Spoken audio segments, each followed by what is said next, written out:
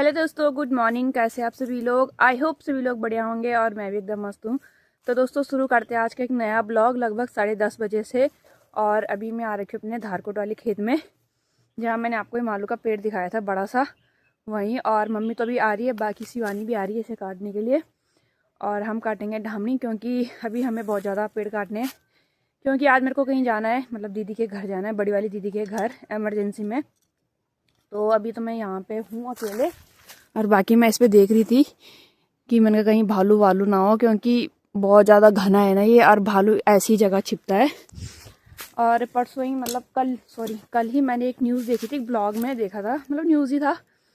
तो उसमें एक स्कूल के बच्चे पे अटैक करा था भालू ने। 2 भालू में स्कूल में घुसे थे 2 भालू। तो एक बच्चे को तो ज़्यादा लगी थी और एक को थोड़ा कम लगी थी। बाकी बच्चे दरवाज़ा बंद करके अंदर चले गए थे, तो उन्हें मतलब भालू ने नुकसान नहीं करा। बाकी आजकल हर जगह भालू बाघ ये तो नॉर्मल हो रखे हैं, हर जगह ही अटैक कर रहे हैं सब पे। तो मैं देख रही थी, क्योंकि मैं अकेले आ रखी हूँ, अभी अच्छे से धूप भी नहीं आई ना पूरे गांव में, तो ये देख रही थी मैं।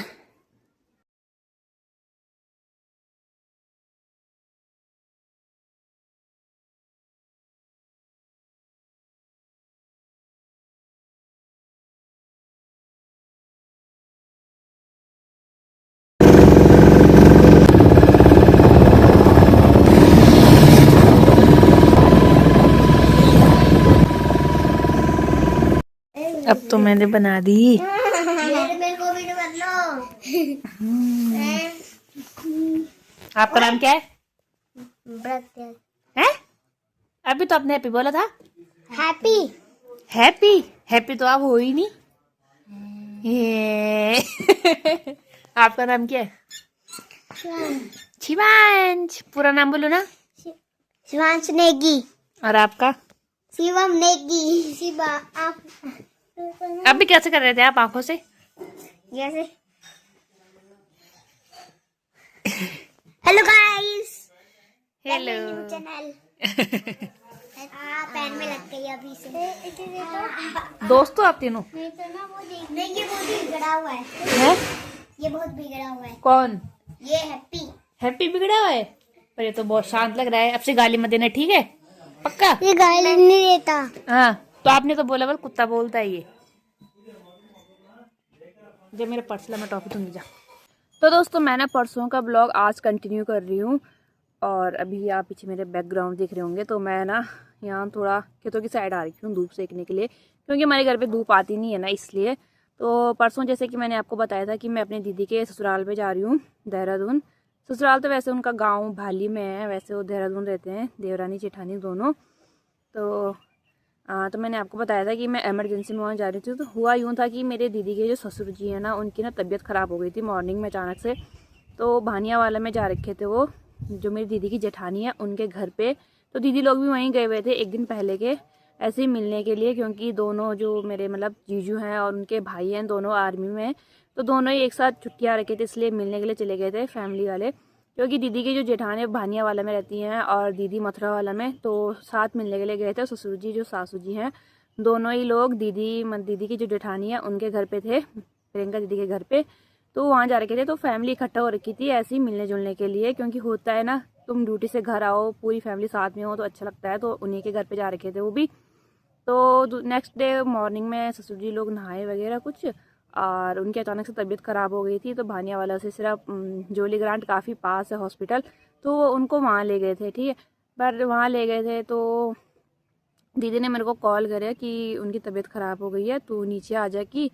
और क्योंकि दीदी को लगा कि उन्हें लगा, मतलब पूरी फैमिली वालों को लगा हार्ट अटैक है थोड़ा, या फिर कुछ वैसी तबीयत ख़राब हुई है, जब तक पता नहीं था। तो बोल के ठीक हो जाएंगे ना, तो कुछ टाइम रहना पड़ेगा हॉस्पिटल में। उन्हें यूँ लगा कि ठीक हो जाएंगे करके, कुछ टाइम लगेगा तो हम यहीं रहेंगे। तो उसने मेरे को बोला कि नीचे आ जा, और डुग्गू भानिया वाले में था, तो तू डुग्गू को लेके मथुरा वाला चले जाना, क्योंकि दीदी लोगों ने नया घर बनाया है। तो होते है ना, तुम नया नया घर मतलब एकदम खाली ऐसे नहीं रख सकते करके कि, फिर डुग्गू को भी ले जाना। और उसका ट्यूशन वगैरह भी था, तो कि हमें कुछ दिन यहाँ लग जाएंगे, तो तू उसे लेके वहाँ चल जाना, उसका ट्यूशन वगैरह है मतलब। तो उसने कहा तू वहाँ चली जाइए। मैंने कहा ठीक है तुम, मैंने कहा हॉस्पिटल रहेगा 2-3 दिन बाद, मैंने कहा तू आ जाएगी। फिर मैंने कहा मैं घर आ जाऊँगी, बस यही उसने फटाफट से बोला था। उसके बाद मैं भी यहाँ से घर से निकल गई थी फटाफट से, थोड़ा बहुत काम करे मैंने मम्मी के साथ, बाकी मैं यहाँ से निकल गई थी। और जब तक मैं आधे रास्ते में पहुंची तब तक मेरे को कॉल आ गई थी कि उनकी मतलब तबीयत ख़राब, क्या मतलब बोले तो उनका जो दिमाग की नसें थी ना वो ब्लीडिंग करने लग गई थी, फट गई थी। और मतलब बट उनकी ना सांसें चल रही थी, ठीक है। तो डॉक्टर ने कहा कि मतलब अब कोई चांस नहीं है, ये मतलब अब कुछ नहीं हो सकता करके ना, तो वो उन्हें घर ला गए थे, ठीक है। तो मेरे को आधे रास्ते में पता लगे, फिर मैं घर भी नहीं आ सकती थी तो मेरे को वहीं जाना पड़ा। तो मैं पहले गई भानियावाला में और उसके बाद रात को हम गए मथुरा वाला में। और क्योंकि दीदी लोगों ने सुबह वापस, दीदी ने मतलब दीदी गई थी मथुरा वाला, मैं दीदी और डुग्गू। तो दीदी ने वापस भानियावाला आना था, तो हम गए थे रात में। और रात को ही शायद 1-1:30 बजे पे कॉल मैसेज आ गया था दीदी को कि ससुर जी बिल्कुल ख़त्म हो चुके हैं। क्योंकि उनकी न मतलब वैसे तो डैड ही थे, क्योंकि उनकी मतलब दिमाग की नसें पूरी फट चुकी थी और बाकी बस वो क्या कहते हैं मतलब हार्ट बीट थी बस उनकी। और मतलब ऐसा लग रहा था जब हमने देखी ना शाम को उनकी बॉडी, तो ऐसे लग रहा था जैसे कोई सो रखा है, क्योंकि उनका दिल धड़क रहा था, नॉर्मल धड़क रहा था जैसे सोया हुआ इंसान का धड़कता है ना, तो ऐसे लग रहा था जैसे सोए हुए हैं करके। तो फिर दीदी ने कहा कि मेरे को सामान वगैरह लेके आना है सुबह, तो मैं सुबह आ जाऊँगी। मैंने कहा ठीक है। और मेरे को था कि मैं और डुग्गू वहीं रहेंगे। बाकी वहाँ उनके घर पे सभी लोग आ गए थे, जो ससुर जी के भाई लोग हैं, 4 भाई हैं वो, तो सभी लोग आ गए थे। उनके घर वाले भी, मतलब जो उनकी वाइफ हैं वो सभी लोग आ गए थे, और उनके बेटे वगैरह जो भी थे। तो काफ़ी लोग वहाँ पे उस टाइम तक आ गए थे जिस दिन मैं गई, क्योंकि होता है ना लास्ट टाइम देखने के लिए। बट ये था कि जब दिल धड़कना बंद हो जाएगा तो तुम समझ सकते हो। तो रात के ना लगभग 1-1:30 बजे में वो ख़त्म हो गए थे, और सुबह के लगभग 5:30 बजे हम मथुरा वाले से भानिया वाले के लिए निकल गए थे। तो वहाँ पहुँचे हम, सभी लोग लगभग आ ही गए थे। और उसके बाद वहाँ पे जो भी होता है पंडित वगैरह का सारा जो होता है क्रियाक्रम के दौरान जो भी करना पड़ता है वो सब उन्होंने किया। बाकी जो अर्थी बांधते हैं वो सब, और जो सामान होता है मृत इंसान का वो सब इकट्ठा करा, क्योंकि उसको वहाँ मतलब जब कुछ चीज़ें जला देते, शायद कुछ बहा देते, कुछ ऐसी करते हैं। तो जब ससुर जी जिंदा थे ना, तो उन्होंने उस टाइम पे भी बोला था कि अगर मेरे को कुछ हो जाए कभी, तो मेरा जितना भी क्रियाक्रम वगैरह होता है वो मेरे गांव में ही करना, भाली जहाँ उनका घर है वहाँ करना। तो फिर उनका सुबह में डिसाइड हो गया था कि हम क्रियाक्रम मतलब जो अंतिम संस्कार होता है वो उनका वहाँ करा ऋषिकेश पूर्णानंद घाट में, क्योंकि इधर साइड से तो वहीं ले जाते हैं लोग। तो वो घर नहीं लाए एक बार डेड बॉडी, तो उन्होंने वहीं से ही मतलब सीधा वहाँ ले गए थे। बाकी जो गांव से आए होंगे लोग वो सीधा घाट पे ही आए होंगे, तो वो घाट पे चले गए थे। और बाकी यहाँ से जितनी भी लेडीज़ वगैरह थी वो सब घर चले गए थे गांव के लिए, दीदी लोग जितना भी उनका परिवार था। तो मैं भी यहाँ घर आ गई थी, क्योंकि डुग्गू को भी फिर यहाँ लाना ही था जब इतने दिन उन्होंने यहाँ रहना था। तो और सच बताऊँ दोस्तों, मतलब इतना बुरा लगा ना कि, क्योंकि होता है ना जो इंसान देखा हुआ रहता है उसे कभी कुछ ऐसा हो जाए तो बहुत बुरा लगता है।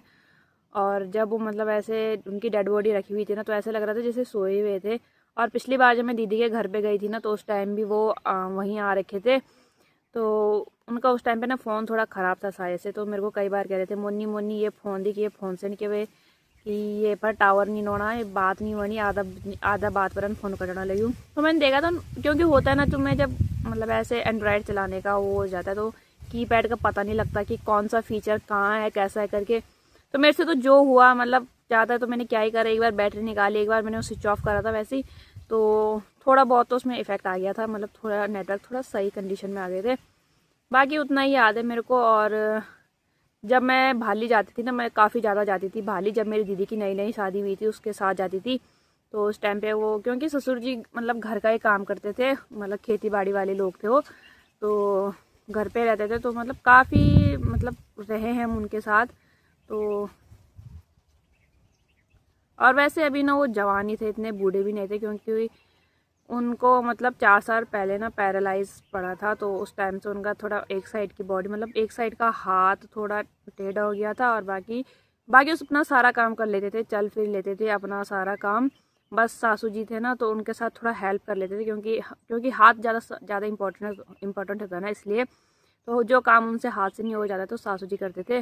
और सासू जी ने भी उनकी काफ़ी ज़्यादा सेवा पानी करे हैं। सासू जी ना बड़े चिल औरत हैं, मतलब जैसे होता है ना एक औरत होती है कि थोड़ा सा भी काम करना पड़े एकदम चिड़ फिर जाती हैं, तो वो इतने शांत किस्म की औरत है ना, मतलब होता है तुम किसी इंसान की सेवा पानी कर रहे हो, अपने हर चीज़ को हटा के, मतलब होता है तुम्हारा तुम इंडिपेंडेंट रहते हो एक तरफ से, और कुछ ऐसी बात हो जाए जब तुम्हें किसी इंसान की सेवा पानी करना तो तुम बंध जाते हो। तो इतना करने के बावजूद भी वो इतने मस्त रहते थे, चिल्ले एकदम, हर कंडीशन को संभालने के लिए। अपने नाती पोते, 3 नाती हैं उनके, और ससुर जी की सेवा भी करते थे बहुत अच्छे से। तो ये चीज़ें काफ़ी बुरी लगी। अभी उनकी उम्र भी नहीं थी कि इस उम्र में वो जाएं। तो भगवान से बस यही दुआ है कि उनकी मतलब जहाँ भी वो रहे उनकी आत्मा को शांति मिले। इससे ज़्यादा क्या ही बोल सकते हैं यार। और परिवार का इंसान जाए, वही परिवार उस इंसान की कमी समझ सकता है। बाकी तो रोने धोने के लिए, ऐसे शामिल होने के लिए बहुत से लोग आ जाते हैं, पर कमी उसी इंसान को खलती है ना, जो इंसान उनके साथ रहा हो, परिवार रहा हो। तो बस यही है दोस्तों, ज़िंदगी की सच्चाई है, मौत कौन ही से टाल सकता है। तो करते हैं दोस्तों इस ब्लॉग को एंड। ज़्यादा तो इसमें क्या ही बोलना। आई होप आपको ये ब्लॉग पसंद आया हो। ब्लॉग भी क्या, ये वीडियो ही है। तो मिलते हैं आपको नेक्स्ट वीडियो में, तब तक के लिए bye bye, take care, Tata.